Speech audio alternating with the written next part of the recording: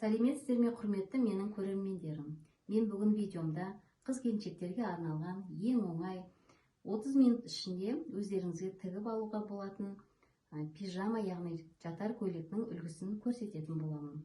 Келесі видеомда алдымызда өздеріңіз білесіздер, Наурыз мерекесі келе жатыр. Сол Наурыз мерекесіне өздеріңізге қазақша нақышта жаңағыдай камзолдарды ең оңай тәсілімен үйренгілеріңіз келсе, онда менің қоңыраушамды басып, каналыма тіркеліп кетіңіздер. Ал енді біз бұйымды бастамас бұрын бізге ең алдымен өлшемдеріміз және сол бұйымды тігетін матамызды дайындап аламыз. Қыздар, енді бұйымымызды бастамас бұрын бізге өлшем керек болады. Менде мысалға мына жерде 44 размерлі манекен тұр. Ал енді сіздер әрқайсыларыңыз өздеріңіздің кеуде өлшемдеріңізді алатын боласыздар. Ол кеуде өлшемді мына арт жағынан айландырып, мынау көкірек тұсының үстімен отырып алатын боламыз. Осы жерден шыққан толық өлшемнің сіздердің жаңағы киімдегі размерлеріңіз болып табылады. Осы өлшемді біз жаңағы тетрадьқа әр тігілетін киімнің өлшемінің жартысы жазылып отырады. Толық жазылатын жерлерде болады. Яғни бұл орайда бізге жартысы керек болады. Өйткені біз матаны екі бүктеп барып қырқатын боламыз. Сондықтан да, ал енді киіміміздің ұзындығын алатын болсақ, бұл түнгі көйлек, яғни пижама деп жатырмыз ғой. Мына иықтың жоғарғы нүктесінен бастап, көкірек нүктесінің үстінен жүргізіп, әрі қарай киімді әрқайсымыз өзіміздің керекті ұзындығымызға дейін алып барамыз. Соған орай маталарымызды дайындап аламыз. Ал енді алған өлшемімізді мата бетіне түсіріп бастаймыз. Соны түсіндіріп өтемін. Міне мынау енді біз мына матаны дайындап алдық. Менің қолымдағы тұрған матаның ұзындығы 1,20. Ал ені міне былай созған кезде 1,40. Демек, бұл 1,40 деген бұл матаның ені. 1,20 ол біздің ұзындығымыз. Әрдайым мата өзінің көлденеңінен пішілмейді еш уақытта. Мата әрдайым тігінен түсу керек. Неге? Өйткені мата өзінің формасын сақтап әдемі шығу үшін, әрине, және де киімді негізі қазақта айтады бізде көлденең тігуге болмайды деп.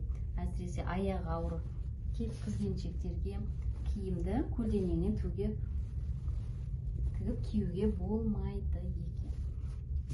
Ал енді біз матамызды екіге бүктейміз және тағы да бүктеп, оны 4 бүктемде тұратын болады. Осы 4 бүктемде тұрған матамызға сантиметрімізді аламыз. Сөйтіп, түсіріп алған өлшеміміздің жартысын біз осы мата бетіне өлшеп түсіреміз. Менде 44 болса, 44-тің жартысы, мен былай белгілеп қояйын, щоб сіздерге түсінікті болу үшін, 44-тің жартысы менде 22. Міне 22-ні белгілейміз. Осы 22-ні белгілеп, төменге дейін былай алып барамыз.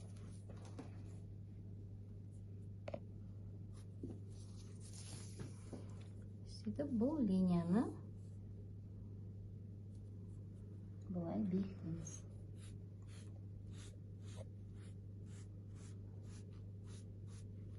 Бұл біздің жалпы сызбамыз. Енді мойын ойындысына келетін болсақ, жаңа пижамалар немесе түнгі көйлектердің мойындары аса бір-біріне жаңағы мойындары тар болмайды, кеңдеу болып келеді. Сондықтан біз мойнын 8 немесе 9 деп мына жерден белгілейміз. Және де мына тұрған линиядан 0,5 сантиметр төмен қарай белгілеп, біз иық сызығын түсіріп аламыз.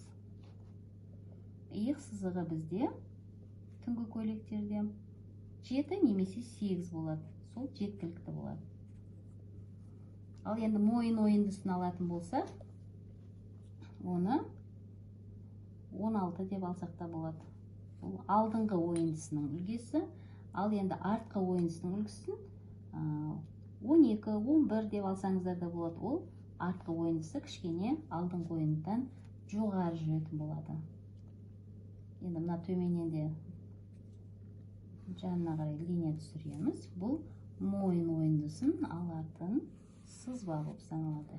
Енді біз осы сызбаны мынандай түрінде мойынның ойындысын түсіріп аламыз матаға. Мынау алдыңғы ойындысының несі? Сызбасы. Енді әрі қарай біз артқы ойындысын ойып аламыз. Енді мынау біздің иығымыз. Иығымыз мына жерден бастап былай қарай өлшенгенде 17 сантиметр дейік. Енді бұл жерден біз қолтық ойындысын шығарып аламыз. Қолтық ойындымыз мына жоғарғы сызықтан төмен қарай 20. Мысалға біреулер қолтығы кеңдеу болсын десе, төмен түсіп кете берсеңіздер болатын. Мен мысалға 20 қылып аламын. Ол біздің қолтық ойындымыздың сызбасының линиясы болып саналады жерде. Енді иықтан тұрған нүктені төмен қарай түсіріп аламыз. Және де мына жоғарғы нүктемен мына ортадағы нүктені штрихтап түсіреміз. Енді осы штрихталған нүктеден 3,5 сантиметрін нүктесін белгілейміз. Бұл алдыңғы ойындының сызбасы болып саналады. Жалпы киім алып көрген кездерде әрдайым алды көбірек ойылғы, арқа жағы, яғни спинкасы деп жатамыз, ол сәл көбірек ойынды болып тұрады. Өйткені алды адамның кішірек болып келеді, арқасы үлкендеу болып келеді. Сол үшін мынандай ойынды түсіреміз. Мына жоғарыдағысы тұрғанымыз ол арқа ойындысының ойығы, мынау төмендегісі бұл алдыңғы ойындының ойындысы болады. Міне біз жаңағы түнгі көйлегіміздің жоғарғы сызбасын бітірдік. Енді ұзындығына келетін болсақ, әркім өздерінің жаңағы иықтан алған төменгі қарайғы сызықтар нүктеден алға, көкірек нүктесінің үстімен жүріп өткен линияларымызды төмен қарай түсіріп, әркім өзінің қалауынша матаға түсіріп отырады. Мен мына жерден 100 деп аяқтайын. Маталарымыздың астын бәрін реттеп аласыздар. Қарып тұрған болу керек. Мынау да 100 болып түседі. Дұрыс линиямызды мына жерге шығарып аламыз. Енді осы ұзындықтан аяқталған сызбаның тең ортасын тауып аламыз. Бізде 22, менде 22, сіздерде если ол 24 болса, 12 болады. Мына жерде орта нүктесі болады. Енді мына бұрыштағы нүктеден 1,5 сантиметр төбеге көтерілеміз. Сөйтеміз да, мынау ортадан, ортаңғы тапқан сызығымыздан мына жақтағы матамыздың аяқталған жиегіне дейін алып барамыз. Менде етегінің кеңдігі 14 сантиметрге созылды. Әркімнің өзінің қалауы. Сіз одан да кең қылып жасасаңыз бола береді. Енді мынау қолтықтағы ойылған нүктеден, ойылатын нүктеден мынау етегіңізге қарай алып барамыз. Штрихтап сызып аламыз. Мен мына жерде не үшін 1,5 сантиметрді көтердім? Ол мынау жандағы қырқылған бұйымның тігісі, бұйым дайын болған кезде салбырап кетпес үшін ол сондай немен көтеріліп кішкене қырқылады. Ал біз бұйымымызды қырқуға дайындап алдық. Енді біз бұны қырқып аламыз. Етек жағынан бастаймын. Әрқайсыларыңыз қырқып жатқан кезде етегіне қайратын запасын кішкене алыңқырап қырқсаңыздар да болады. Мен бірінші бұйымды артқы ойындысынан бастап қырқамын. егер алдыңғы ойындыны бірінші ойып жіберетін болсақ, онда біз артқы ойындыны ала алмаймыз. Өйткені бұйымның алды арты бірдей болып қалады. Так. Міне тағы бір айта кететін нәрсе сіздерге. Мына тігіске деген нені штрихтап, әрдайым бүйтіп дайындап қойыңыздар. Мысалы, иық ойындысын біріне бірін қосатын боламыз. 0,5 қыласаңыздар да болады, 1 сантиметр қыласаңыздар да болады. Әркімнің өзінің қалауы. Мен тағы да сыртқы арқа ойындысының ойындысымен аламын.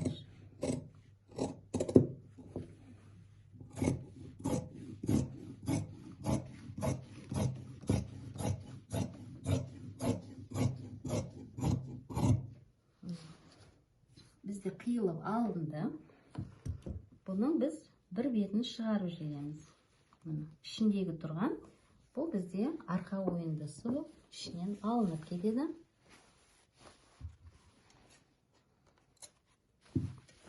Ал енді матаны қайтадан беттестіреміз. Сызған сызбамыз міне қайтып бетінде тұр. Енді алдыңғы ойындыға жасалған сызбамыздың үстін қырқып аламыз. Бұл бұйымымыздың алдыңғы жағы болып есептеймін. Қарай міне. Бұлардың бір-бірінен айырмашылығы мойын ойындысы мен қолтық ойындысында болып табылады.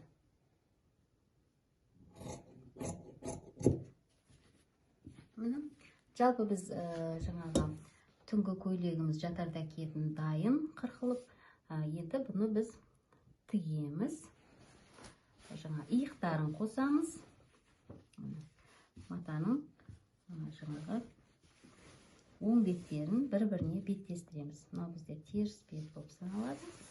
Мынау бізде оң бет. Оң бетімен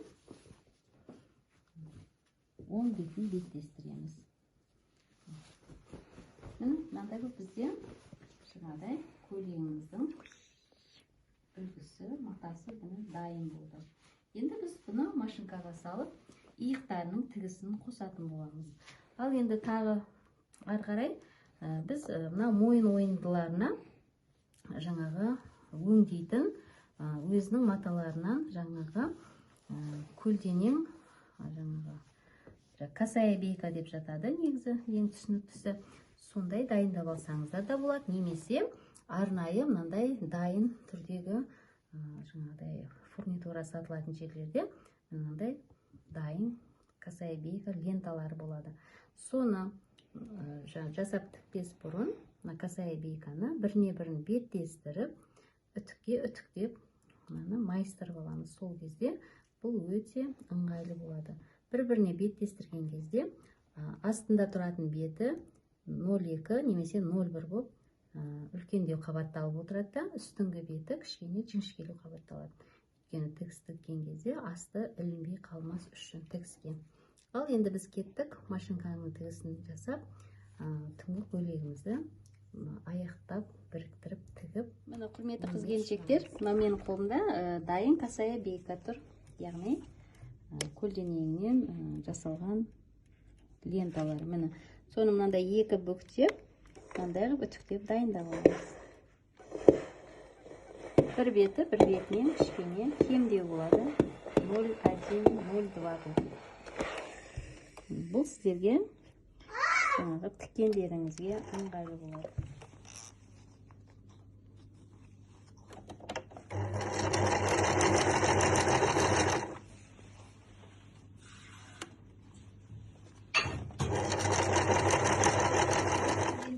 Міне біз өзіміздің түнгі көйлегімізді, яғни жатар орынға киетін пижамамыз міне дайын болды.